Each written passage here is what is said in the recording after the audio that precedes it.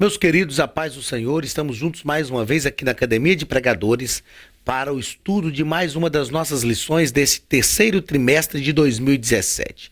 Estudaremos a lição de número 3 do dia 16 de julho de 2017.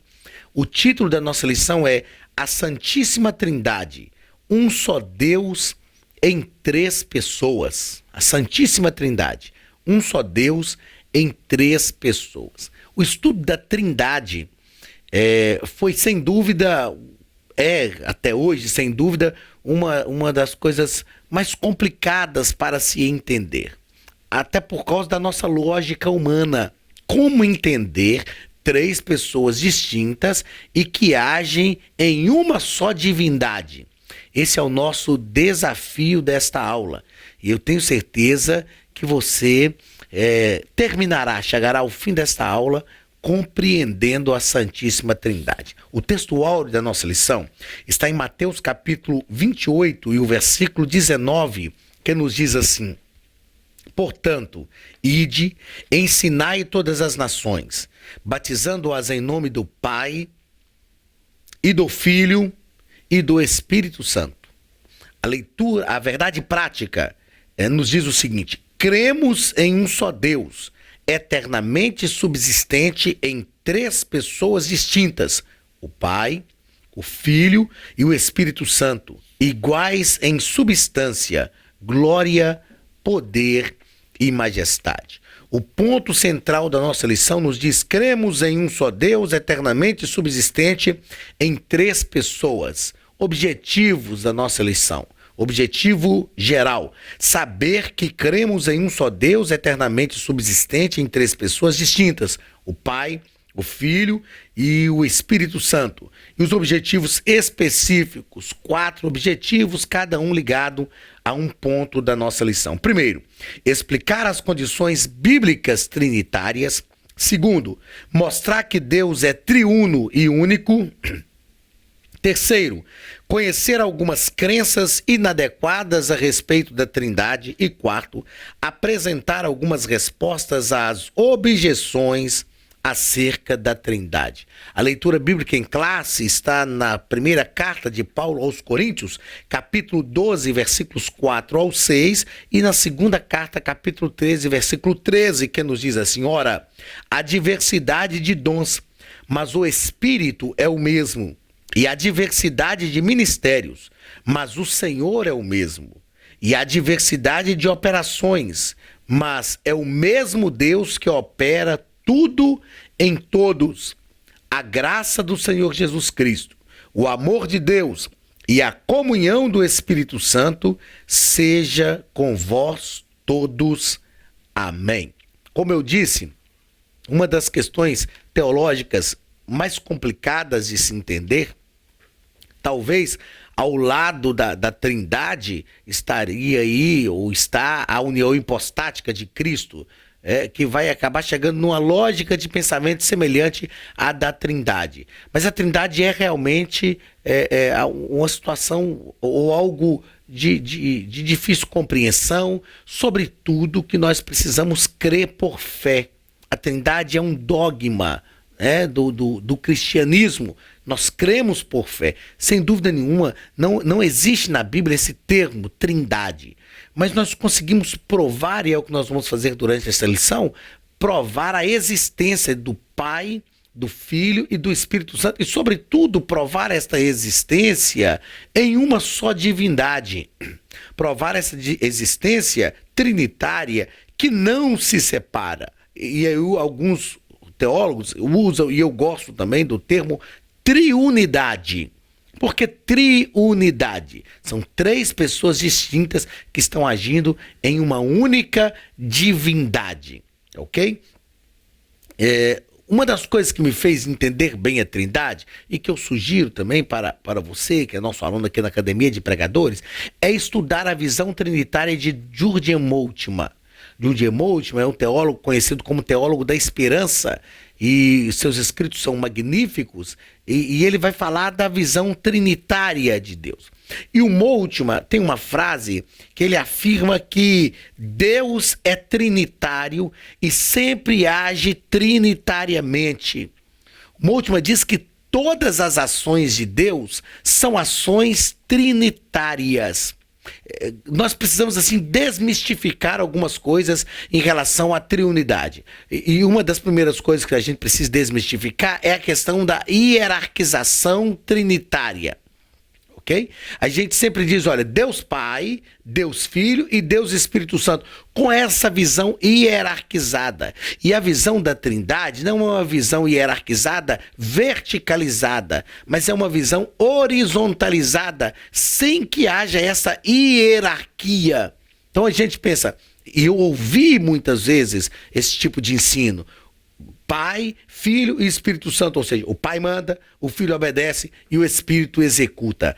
Isso é uma visão hierarquizada, que é própria de estruturas humanas. Toda a estrutura humana é hierarquizada. Na empresa a gente tem uma estrutura hierarquizada. Na família a gente tem uma estrutura hierarquizada. E essas estruturas hierarquizadas da sociedade, elas são necessárias. Mas quando nós falamos da triunidade, nós não podemos ver essa estrutura hierarquizada, verticalizada. A estrutura da Trindade, primeiro, que não é hierarquizada. E segundo, que não é verticalizada, é horizontalizada. Pai, Filho e Espírito Santo. Né? São três pessoas distintas e que agem dentro de uma mesma divindade. E a afirmação de Moltmann é extremamente fundamental para a gente entender. A afirmação que eu disse agora há pouco e repito: Deus é trinitário e sempre age trinitariamente. Vamos pensar um pouco nisso. No Antigo Testamento, aliás, em relação a isso, até antes de pensar um pouco nisso, o Moltmann ele afirma também o seguinte, que Deus sempre age trinitariamente, porém, existe uma ênfase histórica para cada uma das pessoas da Trindade. E aí sim, vamos pensar nisso da seguinte forma. Quando nós pensamos no Antigo Testamento, nós temos uma ação de Deus no Antigo Testamento? Temos uma ação do Pai, né? Vamos usar dentro dessa linguagem trinitária. Temos uma ação do Pai no Antigo Testamento, até porque a ação de Deus é trinitária. Então, toda vez, e é preciso que você entenda isso de forma profunda nesta nossa aula. Toda vez que você falar na ação de Deus, você está falando em uma ação trinitária. Toda vez que você falar que Deus está agindo, você está afirmando que está agindo nesta mesma ação o Pai, o Filho e o Espírito Santo. E aí, o que nós temos de diferente disso é a ação, é a ênfase histórica para a Trindade, ok? Que é o que nós vamos mostrar aqui agora. Antigo Testamento, nós temos uma ação do Pai? Temos. O Pai está agindo. Temos uma ação do Filho? Temos teofania, epifania. Temos uma ação do Espírito? Temos, de forma limitada, mas temos. Novo Testamento, nós temos uma ação do Pai? Deus está agindo, Deus Pai está agindo no Novo Testamento? Está. Nós temos uma ação do Filho encarnado. Nós temos uma ação do Espírito através do Filho. Então, tanto no Antigo quanto no Novo Testamento, nós temos uma ação do Pai, uma ação do Filho e uma ação do Espírito. Vamos pensar agora nos nossos dias. Nós temos uma ação do Pai? Temos. Deus está agindo, Deus Pai tem o controle de todo o universo.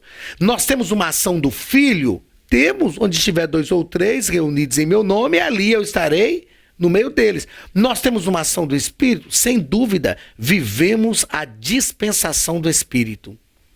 Então perceba que tanto no Antigo, quanto no Novo Testamento, quanto nos nossos dias, nós temos tanto uma ação do Pai, quanto uma ação do Filho e uma ação do Espírito. Agora pensemos no que o Moltmann chama, Jürgen Moltmann chama de ênfase histórica para a Trindade.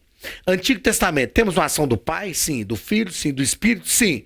Mas a ênfase histórica do Antigo Testamento recai sobre qual dessas pessoas da Trindade? Sobre o Pai.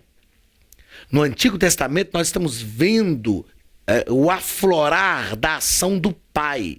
Mas não é que o Filho não está lá e que o Espírito também não está. Eles estão agindo trinitariamente. Mas a ênfase histórica do Antigo Testamento é para o Pai. A ênfase histórica do Novo Testamento, não precisa nem a gente falar, é para o Filho. O Filho está encarnado, ele está agindo, é o Deus que se encarna através do Filho, ele está ali presente na vida da humanidade. A ênfase histórica dos nossos dias recai sobre o Pai ou sobre o Filho? Não, sobre o Espírito Santo. Nós vivemos a dispensação do Espírito. Jesus falou com os discípulos em João capítulo 14, que ele enviaria o outro Consolador. E ele disse: o Espírito Santo de verdade, que o mundo não conhece, nem pode conhecer, mas vós o conheceis, porque habita convosco e estará em vós, dentro de vocês. Então nós vivemos hoje a dispensação do Espírito. A ênfase histórica dos nossos dias é para o Espírito, mas Deus sempre está agindo de forma trinitária. Está sempre agindo o Pai, o Filho e o Espírito de forma trinitária. Né? A ênfase histórica, aliás, de acordo com o que diz Jürgen Moltmann, é diferente para cada uma das pessoas da Trindade, mas Deus está sempre agindo de forma trinitária. Então, todas as vezes que você falar na ação de Deus, você está falando numa ação trinitária: o Pai, o Filho e o Espírito Santo. Nós podemos orar ao Pai? Sem dúvida. Ao Filho? Claro. Nós podemos orar ao Espírito? Sem dúvida. Porque tanto o Pai quanto o Filho e o Espírito é Deus. Ele é Deus. O Pai é Deus. O Filho é Deus. E o Espírito também é Deus. São inseparáveis. Agem dentro de uma mesma divindade. Toda vez, o próprio nome Deus, no original da língua hebraica, dá a ideia de plural. Toda vez que nós falarmos Deus, nós estamos falando de pluralidade. Na lição passada nós falamos que Deus é um Deus de relacionamentos. E este relacionamento parte desta ação trinitária. É um relacionamento perfeito. Por que que isso é difícil conceber de forma lógica para a nossa mentalidade? Porque cada um de nós somos indivíduos. E mesmo que a gente vá trabalhar juntos num só projeto, cada um pensa de uma forma. Aí é preciso haver acordo, é preciso conversar, é preciso perguntar: é isso que você quer? Suponhamos que somos 3 pessoas distintas. Isso é a ação trinitária. 3 pessoas distintas. E vamos trabalhar juntos, em um só projeto. A gente não consegue saber o que o outro quer. A gente não consegue pensar o que o outro pensa. Aí a gente tem que se reunir, a gente tem que conversar, a gente tem que falar. E algumas pessoas interpretam erroneamente esta ação trinitária porque pensam para Deus de forma humana, pelos parâmetros humanos. E aí diz: olha, Deus precisou se reunir, disse: façamos o homem. Eu vou repetir, essa linguagem de Gênesis é uma linguagem que está debaixo do princípio da acomodação divina. Deus não precisa fazer uma reunião, o Pai não precisa fazer uma reunião com o Filho e com o Espírito para saber o que eles pensam. Nós estamos falando de uma harmonia perfeita. Nós estamos falando de uma união divina, uma união trinitária, onde um já sabe o que o outro quer, onde essas 3 pessoas distintas estão agindo em prol de uma mesma divindade. Estão agindo em uma mesma divindade, em um só propósito, porque nós estamos falando de algo divino. Jesus, e isso é tão profundo que um dia os discípulos disseram para Jesus assim: mostra-nos o Pai. Jesus respondeu: há muito tempo eu estou com vocês e vocês não viram o Pai? Quem vê a mim, vê o Pai. Eu e o Pai somos um. Ou seja, nós somos pessoas distintas, mas agimos dentro de uma só divindade. Então, quando estudamos a questão trinitária, nós aprendemos até que a união trinitária é um reflexo, tem que ser um reflexo para a união da igreja. É lógico que isso é humanamente falando impossível, porque nós somos seres humanos. Por mais que nós tentemos nos ajustar, por mais que nós tentemos estar juntos, entender um ao outro, a gente vai ter divergências, porque cada um pensa uma coisa, cada um reflete do jeito, cada um faz uma leitura. O mesmo fato que acontece envolvendo diversas pessoas produz leituras diferentes porque são indivíduos. Mas quando pensamos em Deus, isso é uma harmonia perfeita. E aí sim, nós temos a Santíssima Trindade. Um só Deus em 3 pessoas. Tá ok? Agora, no céu, nós veremos um trono ou 3 tronos? Não sei. Não sei. Outra pergunta que a gente se faz é o seguinte: no céu, nós veremos o Pai, veremos o Espírito e veremos o Filho? Veremos os 3 de formas distintas ou veremos um só Deus? Também não sei.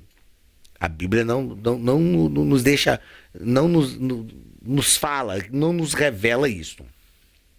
A gente faz uma interpretação teológica, que aí é algo teológico, estudo científico da Bíblia, e a gente pode afirmar o seguinte: um aluno já me perguntou, quem nós veremos no céu? Aí eu afirmo, nós veremos a Cristo, e Ele nos revelará o Pai. A partir do princípio de que quando os discípulos pediram, mostra-nos o Pai, Jesus disse, olha, quem vê a mim, vê o Pai. Agora, como Ele nos revelará o Pai, é algo que nós precisaremos esperar para chegar lá, para a gente ver como será. A Bíblia não nos deixa isso claro. Se nós vamos ver 3 tronos, se vai ser um trono só. Alguns acham, eu acho que é um trono, eu acho que é 3. Eu, por enquanto, eu não estou achando nada. Porque não dá realmente... Nós não temos um subsídio bíblico sólido para gente defender isso. Uma coisa nós sabemos, são 3 pessoas distintas. Isso é prático. Embora, repito o que diz no início da nossa aula aqui, embora na Bíblia nós não temos a palavra trindade, mas nós vimos aí alguns versículos, principalmente esses da leitura bíblica em classe, que fazem alusão, que apontam, que demonstram essa divisão dessas 3 pessoas aí. A divisão é somente para a gente entender, porque a Trindade não se divide, mas divisão aqui só para a gente entender a personalidade de cada uma dessas pessoas da Trindade. Então, como conciliar? Vamos aqui, a introdução da nossa lição. Pastor Ezequiel Soares nos coloca o seguinte: como conciliar o monoteísmo revelado no Antigo Testamento com a divindade de cada pessoa da Trindade? É desafiador. Monoteísmo, a crença em um só Deus. Nós estamos crendo em 3 deuses? Não, estamos crendo em um só Deus. Isso é importantíssimo. Nós não estamos crendo em 3 deuses. Estamos crendo em um só Deus, que é composto por 3 pessoas distintas. Uma unidade perfeita. Eu vou repetir o que disse lá na nossa primeira aula, ou na nossa segunda aula. Vou repetir aqui agora novamente o que eu já disse nessa aula de hoje. O nosso Deus é um Deus de relacionamentos. A próprio nome Deus é da ideia de pluralidade. Por que Deus se deu ao direito de estar nessa junção de 3 pessoas? Por causa deste relacionamento. Ele é amor e tudo que Deus faz está ligado a relacionamentos. Primeiro ponto da nossa lição: instruções bíblicas trinitárias. Primeiro parágrafo: a unidade na Trindade. O apóstolo Paulo afirma a unidade de Deus em uma só essência e substância, em diversidade de manifestações de cada uma dessas pessoas de forma distinta. Paulo deixa isto claro. Paulo é o texto da leitura bíblica em classe. Ora, há diversidade de dons, mas o Espírito é o mesmo. Isto é unidade. Paulo faz questão de afirmar a diversidade de ministérios, mas o Senhor é o mesmo. Há diversidade de operações, mas o mesmo Deus é que opera tudo em todos. Então, ele mostra essa diversidade, mas mostra que há uma unidade. Segundo parágrafo: a própria bênção apostólica, Paulo, 2 Coríntios, capítulo 13, versículo 13, não é? É uma fonte, essa bênção apostólica é a fonte da graça do Senhor Jesus.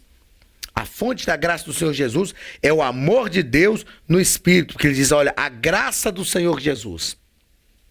Qual a fonte dessa graça? O amor de Deus. E essa graça só pode ser recebida se tivermos comunhão. E quem produz a comunhão? O Espírito Santo. Então perceba que é uma ação trinitária. Nós não estamos falando aqui de 3 ações distintas. Estamos falando de uma só ação de três pessoas distintas. Então, o amor de Deus, que não pode, aliás, a graça do seu Jesus Cristo, né, que foi derramado sobre a humanidade, que não existe distanciada do amor de Deus e que não pode ser concebida longe da comunhão que o Espírito Santo promove. Então, cada uma das pessoas da Trindade está promovendo, produzindo ações diferentes que vão culminar em uma só divindade. Ok? Terceiro parágrafo do primeiro ponto. O Deus trinitário e uno revelado. Então, o Pai, o Filho e o Espírito Santo são iguais em poder. Eu já disse aqui que a visão não é verticalizada, uma visão hierarquizada e verticalizada. É uma visão, primeiro, que não é hierarquizada e é horizontalizada. São iguais em poder, glória e majestade, que subsistem desde a eternidade em uma só substância indivisível. Aí aqui nós temos uma situação mais complicadinha um pouquinho para a gente entender a questão do Filho. Porque o Filho se encarnou, o Filho esteve aqui limitado pela nossa humanidade. Certa feita os discípulos perguntaram para Jesus quando seria o fim dos tempos. Ele falou que só o Pai sabia, que nem o Filho sabia. A gente cresceu ouvindo pregações, ensinamentos, mensagens de que foi o Pai que enviou o Filho. João fala disso, não é? Que Deus enviou o seu Filho ao mundo. A gente tem que entender que João está falando de forma humana. Porque Jesus veio como Filho e se submeteu à vontade do Pai. Mas, por outro lado, os próprios evangelhos registram também o próprio Jesus dizendo, olha, ninguém toma a minha vida, eu a dou, eu a entrego. Quando a Bíblia fala que ele enviou o Filho, está falando dessa humanidade do Filho. O Filho, então, está submisso ao Pai de forma humana. A gente vai estudar também sobre isso, era o projeto de salvação. Mas o próprio Filho se deu. Eu me lembro de ouvir pregações assim bem dramatizadas, não é? Um pregador pregando, eu tenho certeza que muitos de vocês, nossos alunos, já ouviram isso também, dizendo, Deus enviou Abraão, Abraão pecou, Deus enviou Noé, Noé pecou, Deus enviou não sei quem, não sei. Deus não enviou Abraão, Noé, Deus não enviou nenhum deles para a nossa salvação. Mas aí nessa mensagem que eu já ouvi, o pregador dá conta de dizer o seguinte, então o pai olha para o filho, vira para a sua direita, né? Olha para o filho e diz, filho, não tem jeito, é você mesmo que tem que ir. E é como se o filho viesse contra a sua vontade, mas só viesse porque está submisso à vontade do pai. Não, não foi isso. O próprio Cristo, que é Deus trinitário, ele quis se entregar. Aí é lógico que nós temos aí ações diferentes, mas em prol do projeto salvífico, e o projeto salvífico é uma ação de Deus, e essa ação de Deus é trinitária, é o que o Jürgen Moltmann ensina. Então é o Deus que envia o Filho, é o Filho que é o Deus que se doa, que resolve vir, é o Espírito que é o Deus que convence do pecado, da justiça e do juízo, e todas estas ações culminam num projeto que é um projeto divino, um projeto trinitário, tá ok? Então o Deus triuno, o Deus trino e uno revelado em Efésios capítulo 4 aí, do versículos 4 ao 6. Olha, o Pai, o Filho e o Espírito Santo são iguais em poder, em glória, em majestade, subsiste desde a eternidade em uma só substância indivisível. Indivisível. A Trindade não se divide. A gente vai entender isso nas palavras do apóstolo João, no seu evangelho, ou no evangelho que ele escreve, né, que leva o seu nome, no capítulo 1, ele diz, no princípio era o verbo. É interessante que ele diz, no princípio o verbo já era. Então, no princípio, o verbo, que é o Cristo, já estava lá. Isaías vai nos falar desse Cristo, do Filho de Deus, não é? Esse Cristo que foi dado. E ele diz, olha, porque um menino nos nasceu e um filho se nos deu, e o principado está sobre os seus ombros, e o seu nome será maravilhoso, conselheiro, Deus forte, Pai da eternidade. Para criar a eternidade, ele já existia antes dela. Então ele está falando da pré-existência de Deus. Daqui a pouco nós vamos estudar aí nas nossas lições, falando sobre a identidade de Cristo.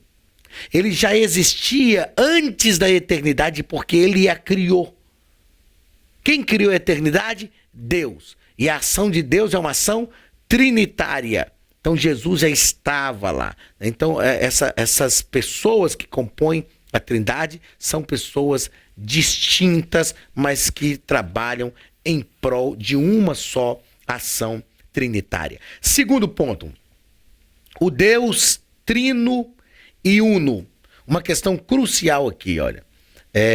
A Bíblia mostra com clareza essa divindade do Filho, o Verbo de Deus, né? A divindade também do Espírito. Não se trata de um triteísmo, ou seja, três deuses, pois existe um só Deus e Deus é um só. A única explicação é a Trindade. São três pessoas distintas em um só Deus.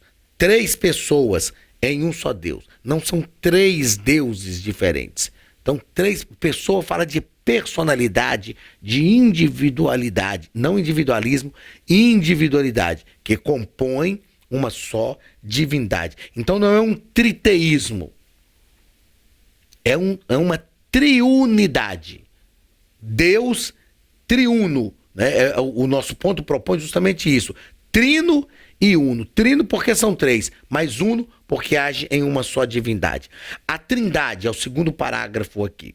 Ela está presente na Bíblia desde o Antigo Testamento. Nós vemos esta ação trinitária. Antes da sua ascensão aos céus, Jesus mandou que os discípulos batizassem em nome do Pai, do Filho e do Espírito Santo, ou seja, em nome do próprio Deus, porque Deus é trinitário. E essa é a passagem bíblica mais contundente em favor da Trindade. É lógico que quando nós falamos que existe essa ideia da Trindade desde o Antigo Testamento, desde o Gênesis nós temos isto lá. É uma ideia, repito, o nome Trindade não está lá na Bíblia, mas é uma ideia. E nós fazemos isso por inferência, né? Conjecturamos isso por inferência, quando o próprio Deus diz, façamos o homem a nossa imagem, conforme a nossa semelhança. Veja que está no plural. Esta é uma ideia trinitária no Gênesis que nós chamamos de proto-evangelho. E todas as coisas que Deus fez, aí a Bíblia diz assim, no princípio criou Deus os céus e a terra. É Deus que está criando. Aí depois João vai dizer, lá no capítulo 1 do Evangelho que leva o seu nome, que o Verbo de Deus estava lá e todas as coisas foram feitas por ele. Peraí, foram feitas por Deus ou foram feitas pelo Filho que já era pré-existente porque estava antes da eternidade?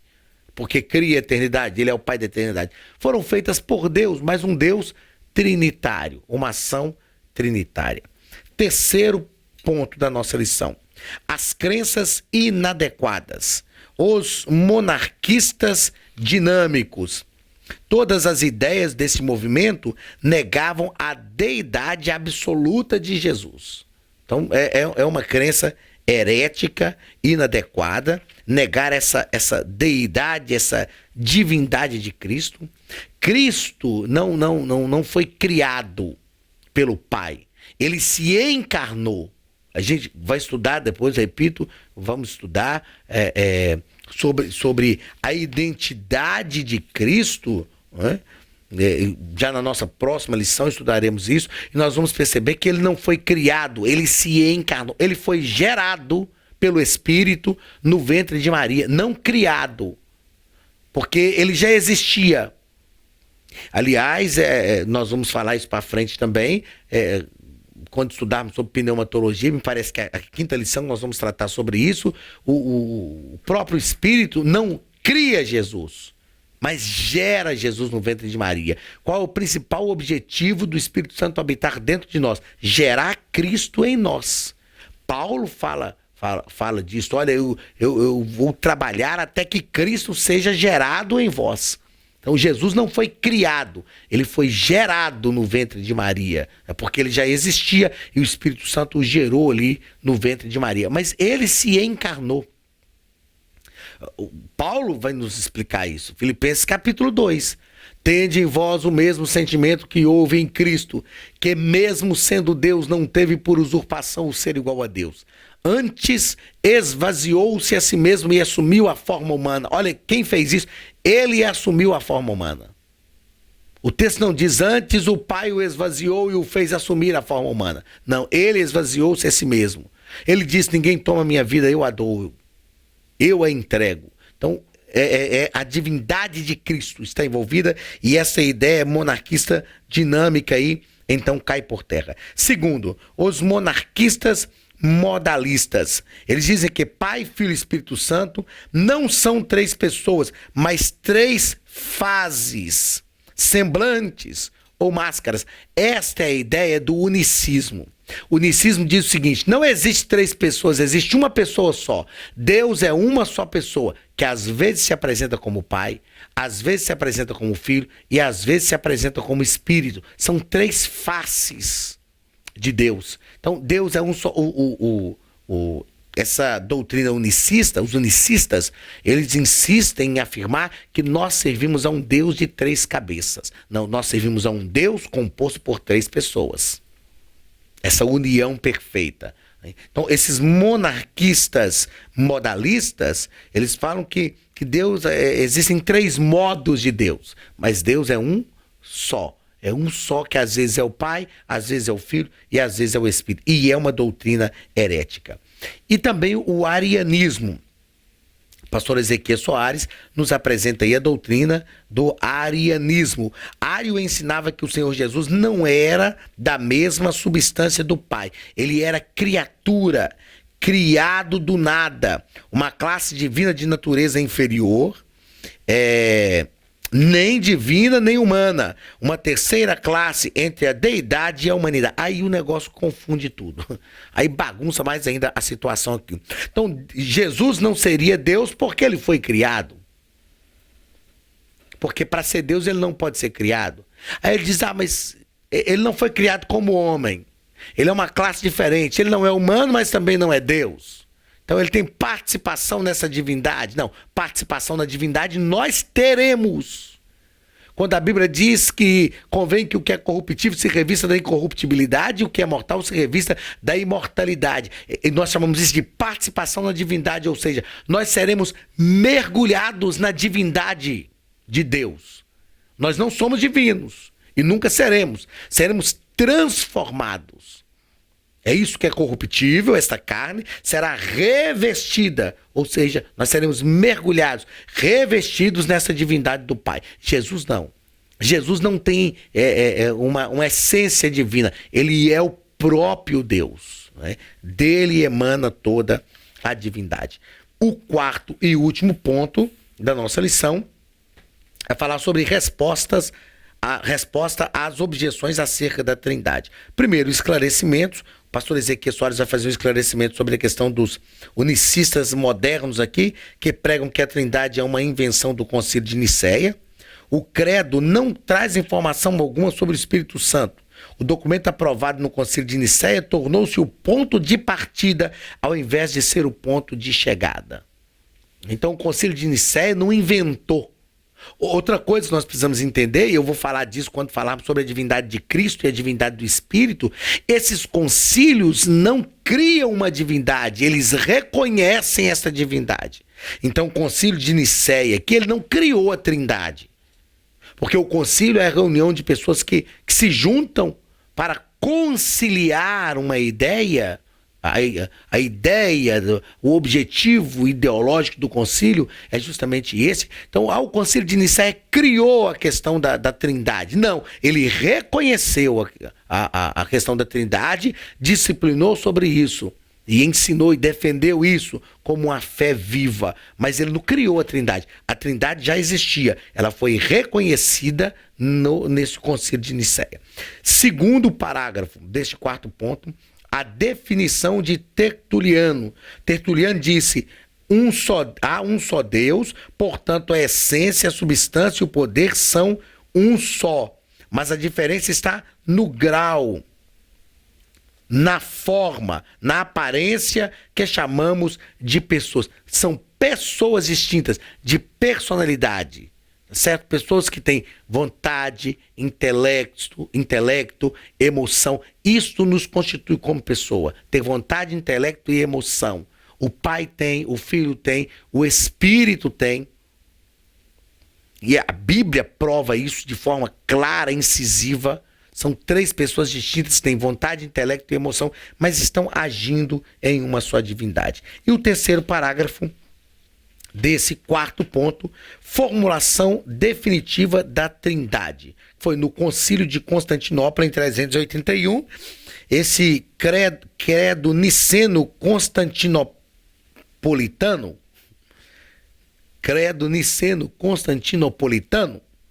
reafirma o Concílio de Nicéia, né?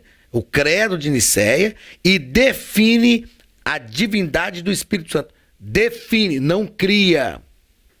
Repito, não cria a divindade. Define a divindade do Espírito Santo, estabelecendo de uma vez por todas a doutrina da Santíssima Trindade. Então esses concílios definem, deixam claro, delineiam, marcam, exteriorizam, demonstram, cria como um credo. O que é o credo? É uma fé professante.